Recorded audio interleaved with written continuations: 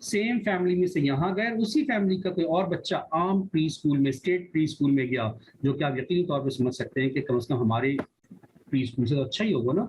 इसके बावजूद भी हुआ क्या जनाब, 45 ईयर्स के बाद, 45 ईयर्स के बाद हमारे सामने ये रिसर्च आती है कि वो बच्चे जो सिर्फ 3 साल के लिए अपने बाकी बहन भाइयों से अलहदा होकर सिर्फ मॉर्निंग टाइम के अंदर 24/7 नहीं, सिर्फ सुबह के अंदर एक दूसरे किस्म के प्री स्कूल में जाते थे, जब वो बच्चे बड़े हुए तो आपके राइट साइड पे लिखा हुआ आ रहा है कि उन बच्चों ने अपने उन्हीं बहन भाइयों के मुकाबले में जो आम प्री स्कूल में गए, उन्होंने ज्यादा पढ़ाई की।